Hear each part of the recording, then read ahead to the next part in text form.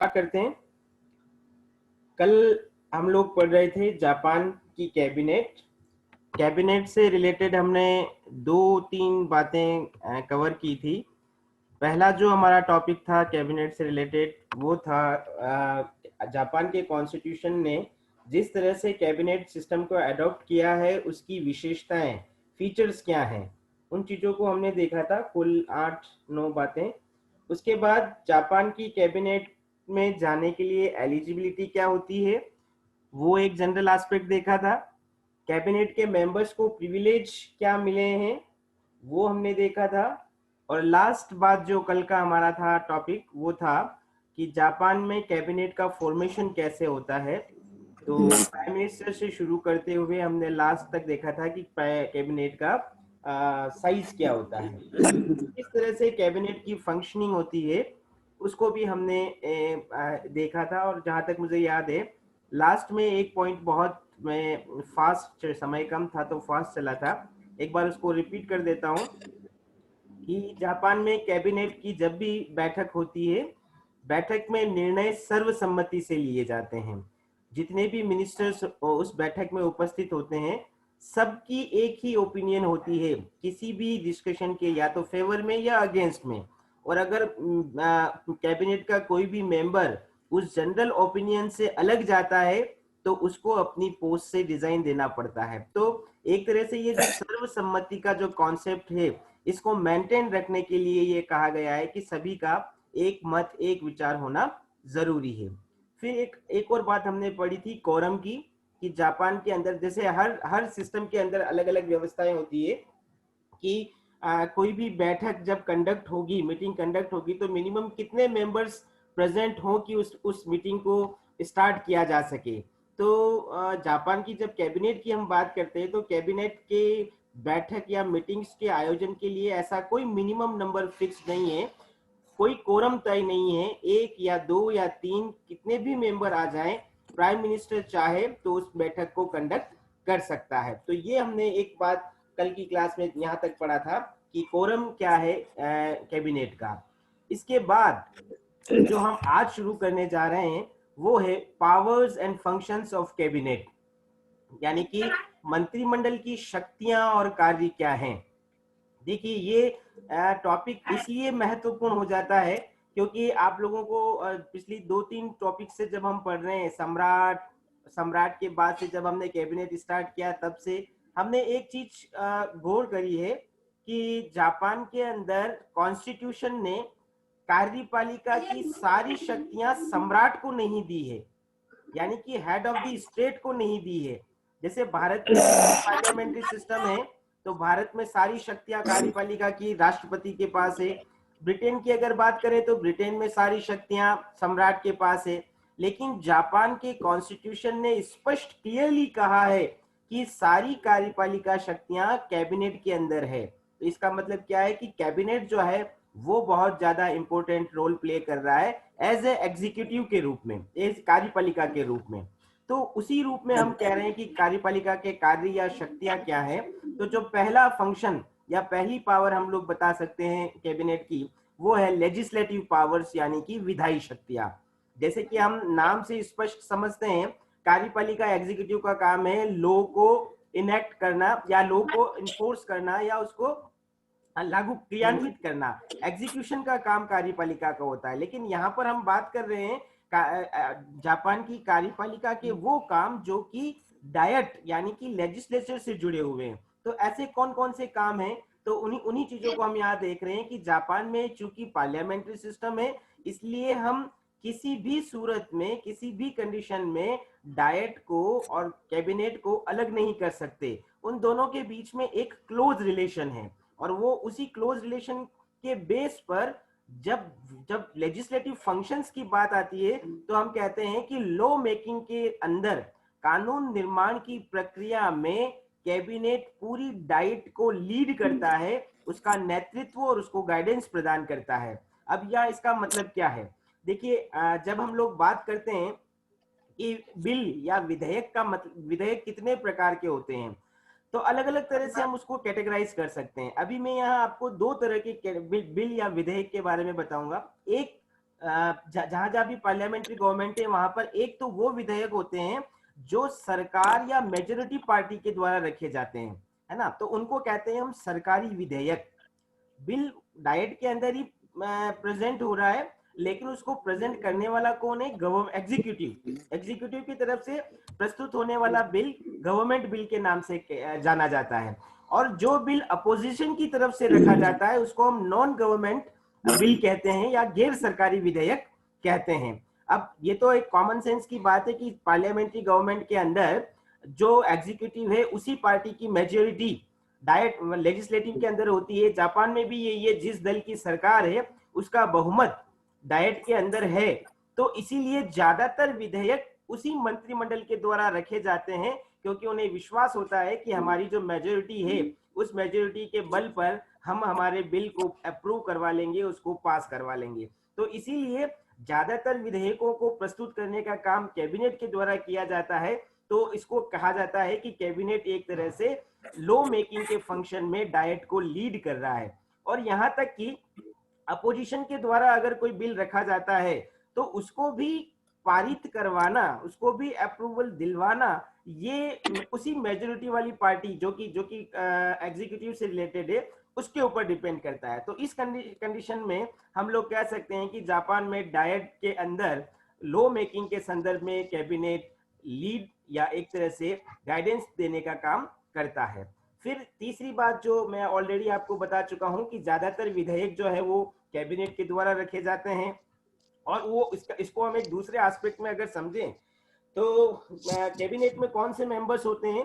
Cabinet के अंदर उस वही मेंबर होते हैं जो लंबे समय से पॉलिटिकल एक्सपीरियंस रखते हो, जो बार बार इलेक्ट होके आ रहे हो। हम कह सकते हैं कि एक तरह से जो राजनीतिक तौर पर अनुभवी और परिपक्व होते हैं, उन्हीं व्यक्तियों को प्रधानमंत्री अपनी कैबिनेट में लेता है। तो विद इन मेजोरिटी पार्टी यानी कि बहुमत दल के अंदर भी अगर हम देखें तो बिल ज्यादातर कैबिनेट के द्वारा रखे जाते हैं, ना कि उस बहुमत दल के दूसरे सदस्यों के तुलना में। तो ये एक और बात हम कह सकते हैं कि जापान के अंदर भी इसी प्रोसेस को फॉलो करते हुए ज्यादातर इंपोर्टेंट विधेयक कैबिनेट के द्वारा डाइट के अंदर प्रस्तुत होते हैं। फिर इसके अलावा एक और चीज जो आपको स्क्रीन पे नजर आ रही होगी, कैबिनेट के पास एक और अधिकार है, वो है मंत्रिमंडलात्मक आदेश जारी करना। इसका मतलब क्या होता है? कैबिनेट ऑर्डर जिसको हम कहते हैं। देखिए, जैसे कि हम जानते हैं वर्ष पर्यंत जापान में डाइट का सेशन नहीं चलता है। और इन केस जैसे हम हमारे यहाँ ऑर्डिनेंस की बात करते हैं ना, जिसको अध्यादेश कहते हैं, सिमिलरली मंत्रिमंडलात्मक आदेश भी उसी तरह का होता है। लो में जब डाइट के द्वारा कोई बिल बनाया जाता है तो उसमें पर्याप्त डिस्कशन डाइट के अंदर होना जरूरी होता है।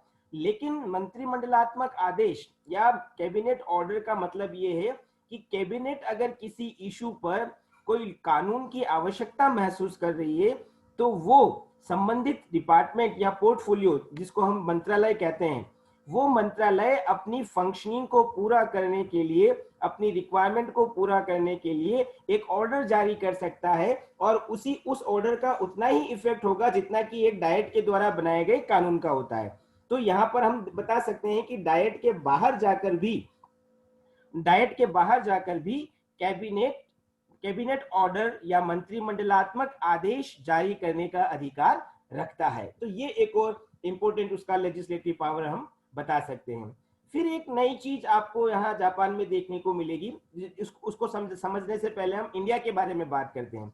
जैसे भारत में कानून बनाने की जो प्रक्रिया है, कानून बनाने का जो प्रोसेस है, जब हम उस प्रोसेस की चर्चा करते हैं तो हम क्या कहते हैं कि किसी भी विषय पर कानून बनाने के लिए संसद के दोनों सदन यानी कि लोकसभा और राज्यसभा से वो बिल पास होगा, और दोनों से पास होने के बाद वो कहा जाएगा प्रेसिडेंट राष्ट्रपति के पास।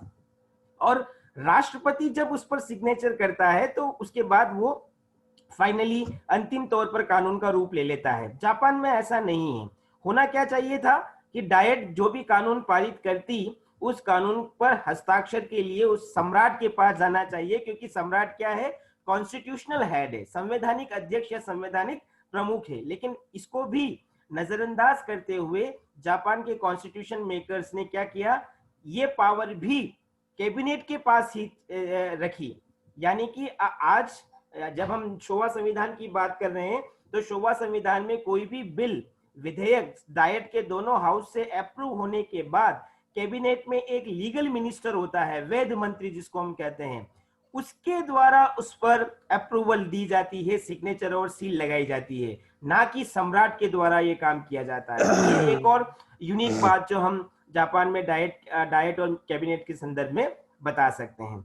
एक आखिरी जो लेजिस्लेटिव पावर कैबिनेट का है वो हम बता सकते हैं, जो लोअर हाउस है जिसको हम हाउस ऑफ रिप्रेजेंटेटिव कहते हैं, उसको डिसॉल्व करने का पावर कैबिनेट के पास में है। अब यहाँ इसको समझने की कोशिश करना, डिसॉल्व तो सम्राट ही करेगा, लेकिन जो रिकमेंडेशन है वो रिकमेंडेशन जापान में कैबिनेट के द्वारा दी जाएगी। अब ये रिकमेंडेशन कब दी जा सकती है, तो हम लोग जानते हैं कि जापान में पार्लियामेंट्री सिस्टम है और पार्लियामेंट्री सिस्टम तभी तक काम कर, पार्लियामेंट्री सिस्टम में एग्जीक्यूटिव यानी कि कार्यपालिका तभी तक अपने पद पर बनी रहती है जब लेजिस्लेचर के अंदर उसका कॉन्फिडेंस, विश्वास बना रहता है।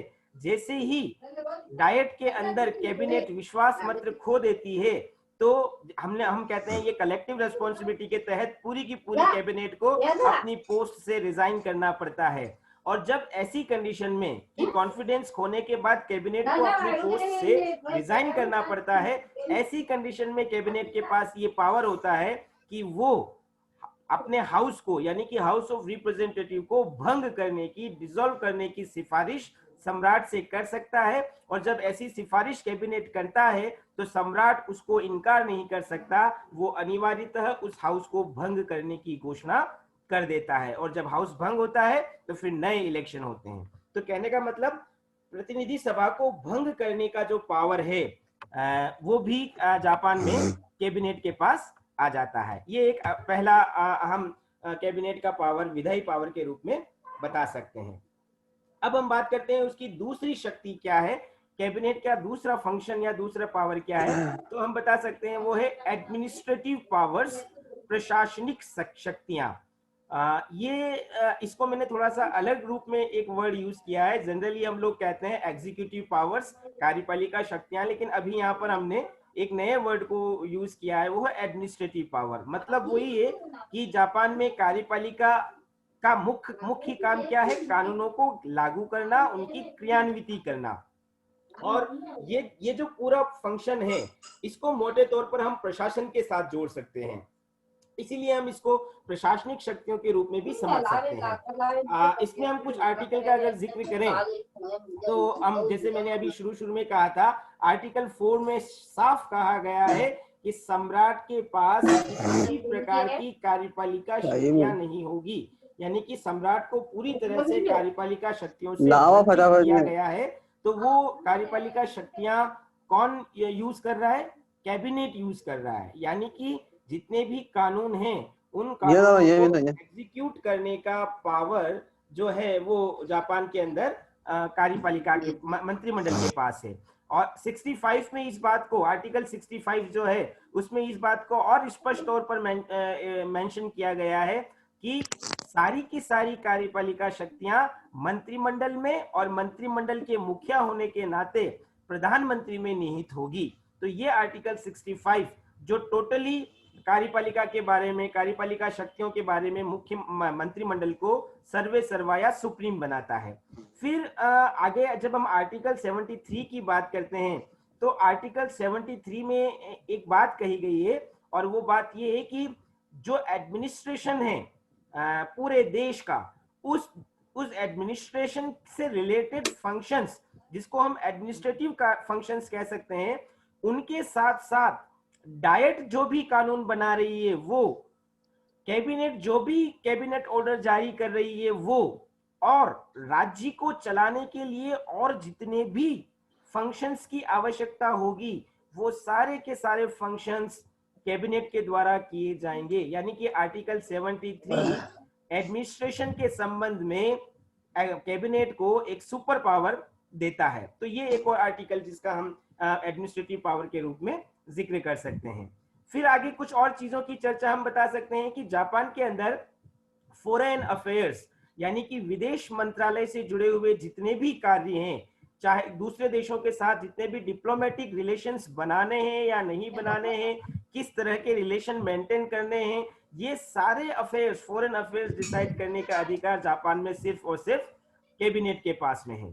हाँ, लेकिन इसमें एक चीज और जो आपको एक अगले पॉइंट में नजर आ रही होगी, हम लोग कह सकते हैं कि जापान में भी विदेशों के साथ संधियां की जाती है, और ये संध्या करने का अधिकार किसके पास है? कैबिनेट के पास में। एक एक किस किस देश के साथ किस तरह की संधि करनी है, कमर्शियल करनी है, स्ट्रेटेजिक करनी है, पॉलिटिकल करनी है, ये सब कुछ डिसाइड करेगा कैबिनेट। लेकिन कैबिनेट जो भी संधियां दूसरे देशों के साथ करता है, उन संधियों को अप्रूवल डायट के द्वारा दी जाती है। यानी कि हम ये कह सकते हैं कि जापान में कैबिनेट के द्वारा की जाने वाली संधियों पर डायट का कंट्रोल होता है।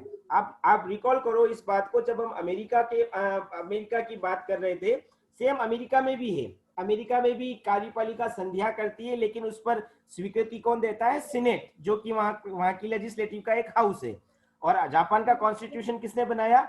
अमेरिकी सेनापति ने। तो ये उसका एक इम्पैक्ट हम यहाँ पर देख सकते हैं कि जापान की कैबिनेट अगर कहीं पर भी कोई ट्रीटी करती है किसी दूसरे स्टेट के साथ, तो उस पर डाइट का कंट्रोल रखा गया है। एक अगला फंक्शन हम यहाँ पर एडमिनिस्ट्रेटिव पावर के रूप में बता सकते हैं।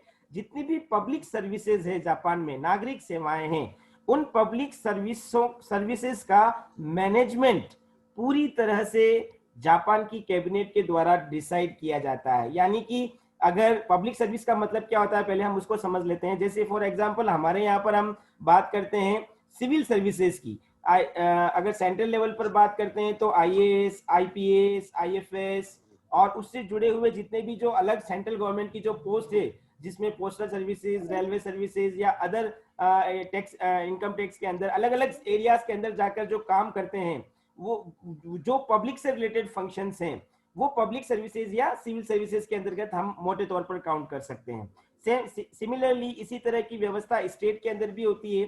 तो जापान में भी एडमिनिस्ट्रेशन को कंडक्ट करने के लिए इसी प्रकार की पब्लिक सर्विसेज होती है। तो इन पब्लिक सर्विसेज या नागरिक सेवाओं का मैनेजमेंट क्या होगा, यानी कि नंबर ऑफ पब्लिक सर्विसेज कितनी होगी, उसकी कंडीशन या एलिजिबिलिटी क्या होगी, क्या इतनी सर्विसेज की रिक्वायरमेंट है या नहीं, अगर ज्यादा सर्विसेज है तो उनको कम करने का अधिकार, कम सर्विसेज है तो उनको बढ़ाने का अधिकार, ये सारा एक अकॉर्डिंग टू लॉ, एक जो पैरामीटर्स डिसाइड किए जाते हैं लॉ के द्वारा, उन पैरामीटर्स के आधार पर ये सब कुछ डिसाइड करने का अधिकार जापान में कैबिनेट के पास होता है। तो एक और हम उसका जो एडमिनिस्ट्रेटिव पावर बता सकते हैं कि जापान में कैबिनेट पब्लिक सर्विसेज को भी मैनेज करने का काम करती है। और इन सबसे बढ़कर एक लास्ट बात जो मैंने लिख रखी है कि जापान में कैबिनेट का एक मुख्य काम है, जो डिफरेंट डिपार्टमेंट्स होते हैं, प्रशासनिक विभाग, या मैं ये भी कह सकता हूं कि जापान में जो अलग अलग पोर्टफोलियो मिनिस्ट्रीज होती है, मंत्रालय होते हैं,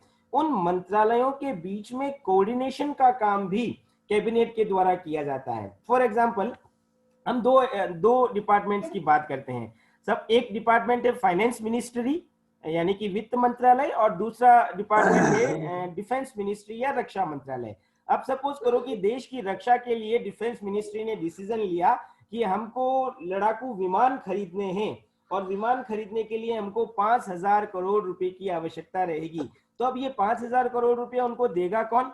तो हम लोग बता सकते हैं कि ये 5,000 करोड़ रुपए उनको फाइनेंस डिपार्टमेंट्स के द्वारा जारी किए जाएंगे। फाइनेंस डिपार्टमेंट बजट में ऐसा प्रोविजन रखेगा कि डिफेंस के ऊपर इतना हम ये खर्च करना चाहते हैं, और उस बजट को अप्रूवल मिलेगी तब जाकर डिफेंस मिनिस्ट्री को वो विमान मिलेंगे। तो एक तरह से इसके लिए करना क्या होगा, फाइनेंस मिनिस्ट्री और डिफेंस मिनिस्ट्री के बीच में एक कोऑर्डिनेशन लाने की जरूरत होगी। वो अपनी रिक्वायरमेंट बताएंगे और वो उस रिक्वायरमेंट के अकॉर्डिंग पूरा अपने बजट को ड्राफ्ट करेंगे। तो इसी तरह से हर डिपार्टमेंट के बीच में कानूनों को या रिक्वायरमेंट्स को मीट आउट करने में, कानूनों को एग्जीक्यूट करने में कहाँ क्या दिक्कतें आ रही हैं, ये सब चीजें मिनिस्टर्स और उनके जितने भी सबऑर्डिनेट्स हैं, यानी कि हर मंत्री, कैबिनेट के हर मंत्री और उनके अधीनस्थ कर्मचारी मिलकर सभी विभागों के बीच में समन्वय बनाते हुए पूरे देश का एडमिनिस्ट्रेशन अच्छे से चलाने का प्रयास करते हैं। ये एक और इम्पोर्टेंट सबसे इंपॉर्टेंट बात कैबिनेट के अंदर हम बता सकते हैं कि एडमिनिस्ट्रेटिव डिपार्टमेंट्स में कोऑर्डिनेशन लाने का काम जापान में कैबिनेट के द्वारा किया जाता है। ये दूसरा उसका फंक्शन। तीसरी बात जब हम करते हैं कैबिनेट का तीसरा काम क्या है, तो वो हम बता सकते हैं फाइनेंशियल पावर्स, वित्तीय शक्तियां। ये भी एक इंपॉर्टेंट एस्पेक्ट है जापान में कैबिनेट के संदर्भ में। आप लोगों ने नाम सुना है बजट। बजट का मतलब क्या है, हम लोग बार बार इस वर्ड पे चर्चा कर चुके हैं। इन शॉर्ट बजट का मतलब है साल भर का इनकम और एक्सपेंडिचर का लेखा जोखा।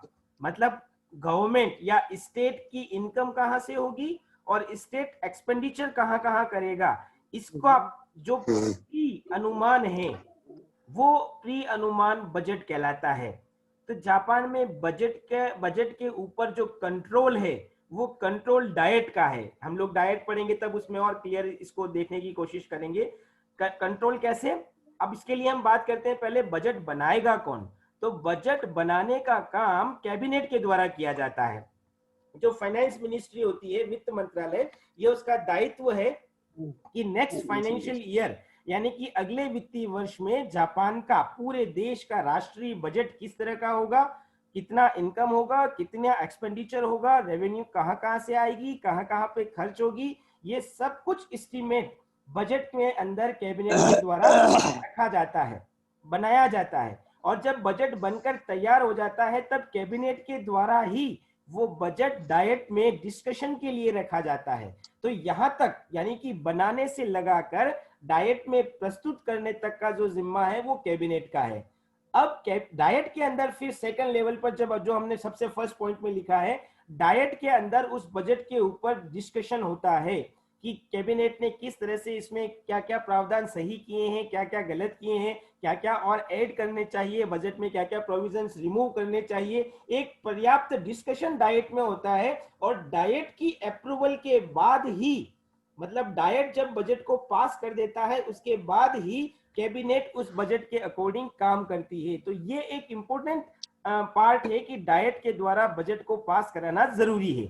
लेकिन अब यहां पर अगर हम इसका दूसरा एस्पेक्ट देखें तो जिस कैबिनेट ने बजट बनाया है, जिस कैबिनेट ने बजट को डाइट के अंदर प्रेजेंट किया है, उसी कैबिनेट की पार्टी का डाइट में मेजॉरिटी होती है। तो उनको ये विश्वास रहता है कि हम जो बजट बना रहे हैं वो बजट डाइट के अंदर हम अपनी मेजॉरिटी के बेस पर पास भी करवा लेंगे, वो उसको अप्रूवल भी दिला देंगे। तो भले ही डाइट का कंट्रोल है बजट के ऊपर, लेकिन फिर भी अंततः कैबिनेट अपनी बात को मनवा ही लेती है। इसीलिए हम लोग कह रहे हैं कि जापान के अंदर बजट पर जो नियंत्रण है वो डाइट का होने के बावजूद कैबिनेट बजट से रिलेटेड बहुत महत्वपूर्ण रोल प्ले करती है, उसके निर्माण से लगाकर, उसके अप्रूवल से लगाकर, उसके एग्जीक्यूशन तक।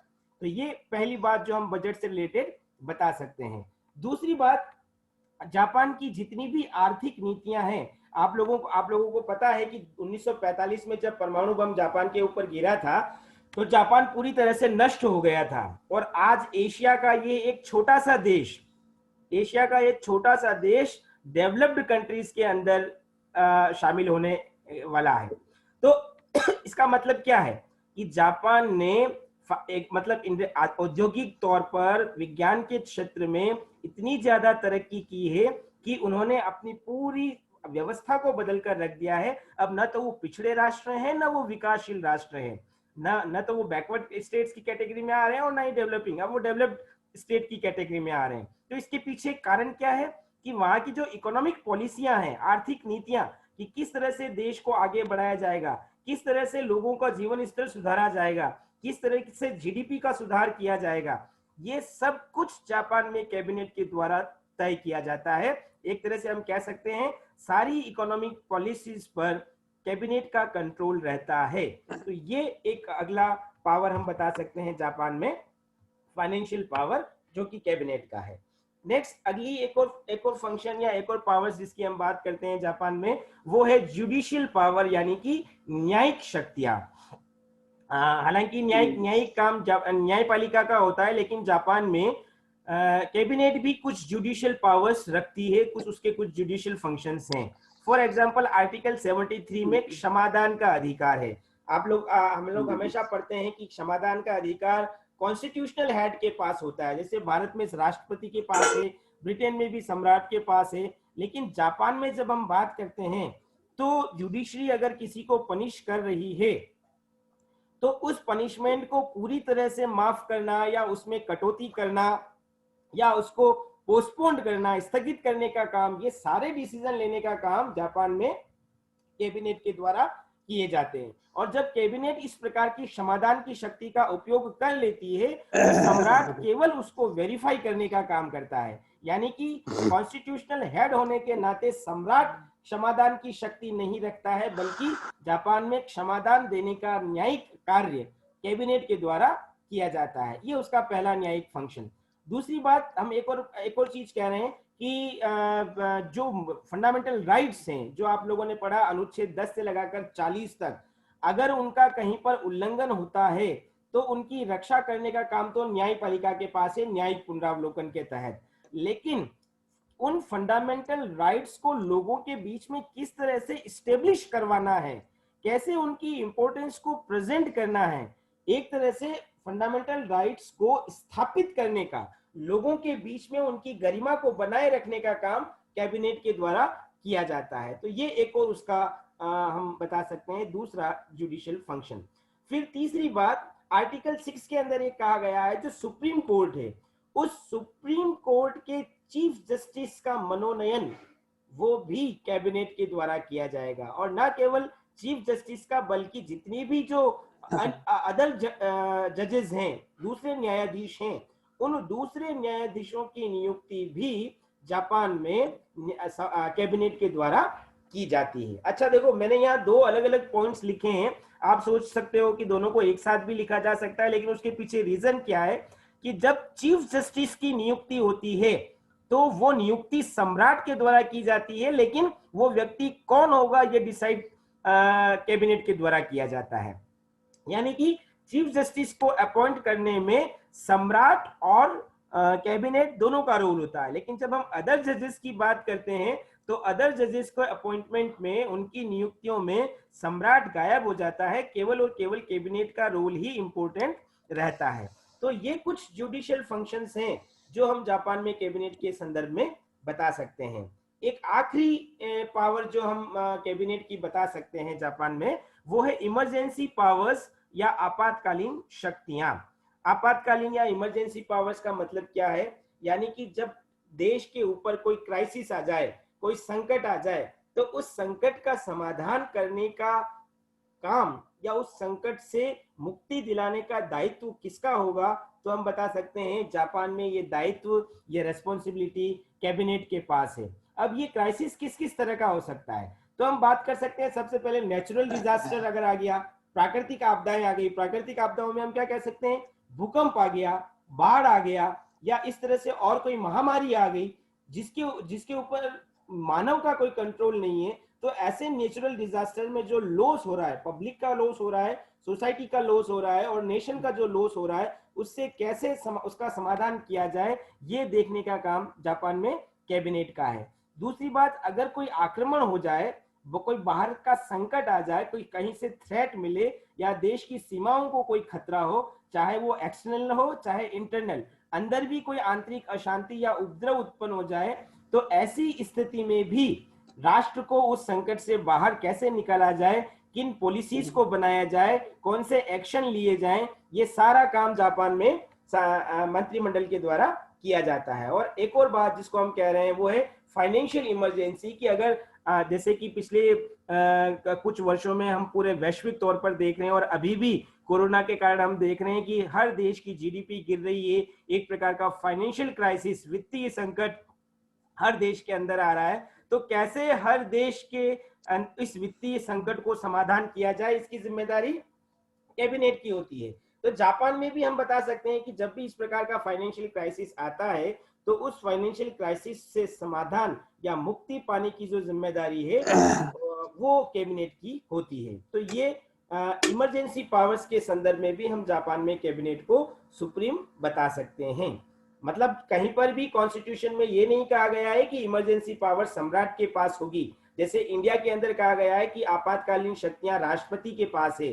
तो राष्ट्रपति हमारे यहाँ कॉन्स्टिट्यूशनल हेड है, लेकिन जापान में ऐसा नहीं है, कॉन्स्टिट्यूशनल हेड सम्राट है, लेकिन सारे इमरजेंसी पावर्स जो भी हैं वो कैबिनेट के द्वारा यूज में लिए जाते हैं। तो ये कुल 5 बातें मैं एक बार रिपीट कर देता हूँ। जापान के अंदर जब हम बात करते हैं मंत्रिमंडल के पास कौन कौन से पावर्स हैं, सबसे पहले हमने चर्चा की उसके पास लेजिस्लेटिव पावर्स हैं कानून निर्माण के संदर्भ में। दूसरा हम लोगों ने बात की जापान में कैबिनेट एडमिनिस्ट्रेटिव पावर्स को यूज करता है। तीसरी हमने बात की जापान में कैबिनेट के पास जुडिशियल पावर्स हैं। चौथी बात हम लोगों ने करी जापान में कैबिनेट फाइनेंशियल पावर्स को भी यूज में लेता है। और लास्ट फंक्शन जो हमने डिस्कस किया वो है जापान में कैबिनेट के पास कुछ इमरजेंसी पावर्स भी होते हैं जिसका प्रयोग वो सुप्रीम रहकर करती है। तो ये पूरा हमारा कैबिनेट के पावर्स से जुड़ा हुआ एक टॉपिक हुआ, कैबिनेट के पावर्स और फंक्शंस। एक छोटा सा रिव्यू में आपको एक इंटरकनेक्शन जो है या इंटर रिलेशन जो है, एक डायग्राम आपको स्क्रीन पे नजर आ रहा होगा, पहले इस पर डिस्कस कर लेते हैं, फिर उसके बाद आपके अगर कोई क्वेश्चन होंगे तो उसका जवाब हम दे देंगे। ये डायग्राम ये दिख रहा है आप लोगों को? ये डायग्राम विजिबल है? हेलो जी सर। ठीक है, हाँ सर दिख रहा है। ठीक है। तो आप लोग देख सकते हो इस डायग्राम के अंदर 4 अलग अलग चीजें नजर आ रही हैं। सबसे इंपॉर्टेंट जो है वो है ये द पीपल, लोग, आम जनता। और आम जनता के साथ में क्या लिख रखा है? Holders of sovereign power. Japan में जो संप्रभु शक्ति है, जिसको कि आपने संविधान की विशेषताओं में पढ़ा था, जन संप्रभुता, तो वो पावर, डिसीजन पावर लास्ट में कहा किसके पास है? जनता के पास। तो आप ये सर्कल देख सकते हो, ये सबसे इंपॉर्टेंट है जापान में, जन संप्रभुता को होल्ड करने वाले लोग, आम लोग। अब ये आम लोग क्या कर रहे हैं? अब यहां से देखो आप, एक एरो जा रहा है ऊपर, इलेक्शन, मतलब जनता अपने रिप्रेजेंटेटिव चुन रही है और वो रिप्रेजेंटेटिव कहां जा रहे हैं? लेजिस्लेचर, जिसका नाम है वहां पर नेशनल डाइट, राष्ट्रीय डाइट। तो एक तो हम ये कह सकते हैं कि वहां पर ये डाइट है, ठीक है। फिर अब दूसरी बात यहाँ पर आप देख सकते हो, ये जो यहाँ पर दूसरा येलो सर्कल है, ये येलो सर्कल में हम लोगों ने लिख रखा है एग्जीक्यूटिव या कैबिनेट, है ना, यानी कि मंत्रिमंडल। अब आप यहाँ से देखो, ये ग्रीन एरो आ रहा है एक यहाँ पर जहां मेरा कर्सर है, यानी कि ये पूरी की पूरी एग्जीक्यूटिव कहाँ से आ रही है? इसी डाइट यानी कि लेजिस्लेचर से आ रही है। अब इधर से वापस देखिए, ये एक ऑरेंज कलर का एरो इस एग्जीक्यूटिव से डाइट की तरफ जा रहा है, और क्या लिखा जा रहा है कि collective responsibility of the national for the national diet. यानी कि ये पूरी की पूरी कैबिनेट वो किसके प्रति रेस्पॉन्सिबल है?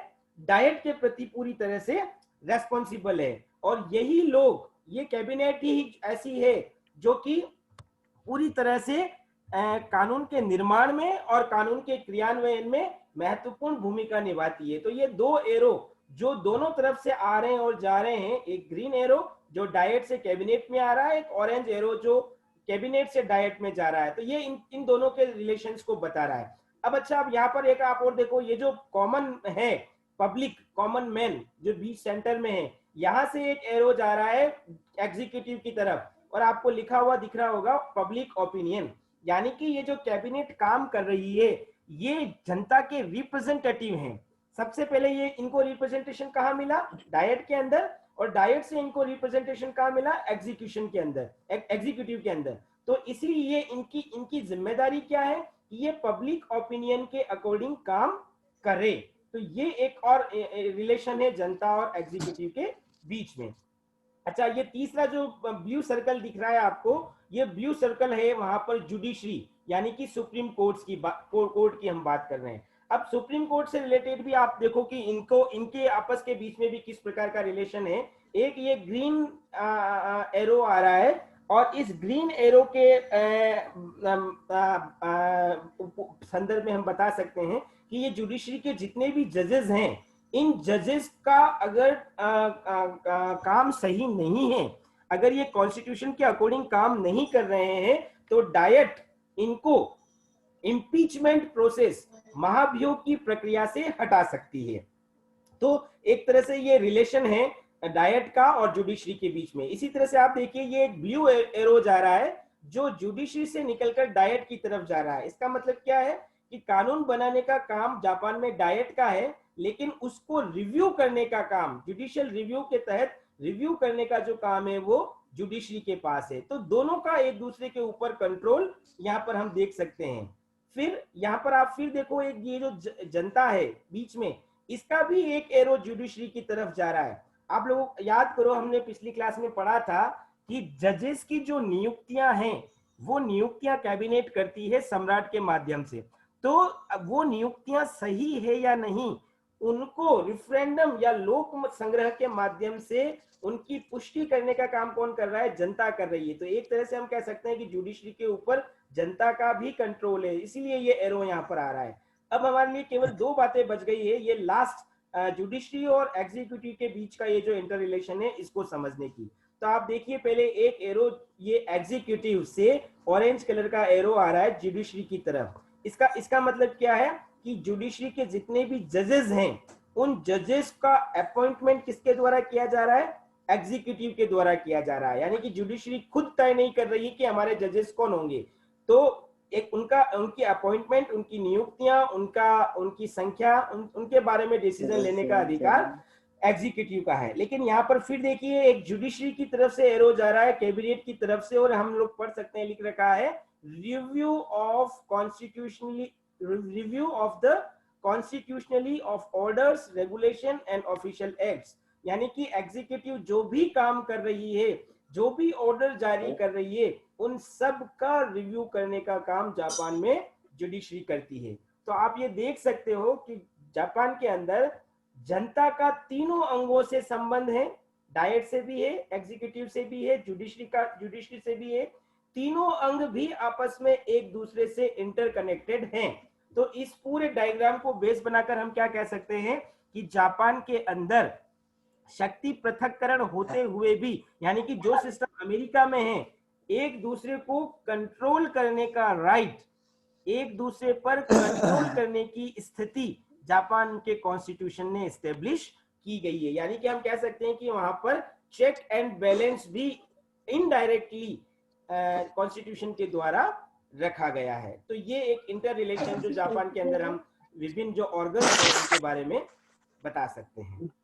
मेरा यहीं पे खत्म है। अगर किसी का कोई सवाल हो तो अभी हमारे पास 1.25 मिनट बचा है, आप लोग वो पूछ सकते हो।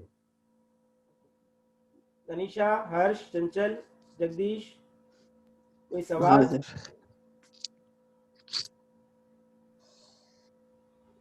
सर दोनों हाउसेस का नेम क्या है? एक को तो बोलते हैं अपन हाउस ऑफ रिप्रेजेंटेटिव, यानी कि प्रतिनिधि सदन, और जो कि लोअर हाउस के नाम से कहलाता है। और लोअर हाउस को हम अक्सर क्या कहते हैं कि ये जनता के द्वारा इलेक्ट किया हुआ है। और जो अपर हाउस है जापान के अंदर, उस अपर हाउस को कहा जाता है सभासद सदन। ये भी जब हम जापान में सभासद सदन के बारे में डिस्कशन करेंगे, द हाउस ऑफ काउंसलर्स जिसको कहा जाता है, तो जब हम सभासद सदन के बारे में डिस्कशन करेंगे तब हम देखेंगे कि यहाँ पर दोनों ही हाउस पब्लिक के द्वारा इलेक्टेड होते हैं, लेकिन फिर भी द हाउस ऑफ काउंसलर्स यानी कि सभासद सदन को अपर हाउस माना जाता है और हाउस ऑफ रिप्रेजेंटेटिव को लोअर हाउस माना जाता है।